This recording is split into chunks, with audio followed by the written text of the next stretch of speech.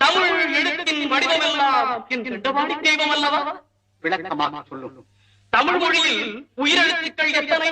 ஆ முதல் அவ்வரை 12.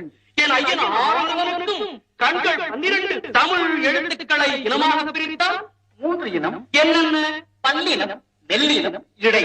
அந்த 3 இனங்களில் 3 எழுத்துக்களை எடுத்துத்தான் என் கந்தவேலுக்கு முருகு என்று பெயரிட்டார்கள். முருகு என்றால் அழகு, இளமை, பெருமை, உயர்வு, முதுமை இல்லாமை, இன்னும் சொல்லிக் கொண்டே இருக்கலாம். ஒரு இனத்திற்கு எத்தனை எழுத்துக்கள்?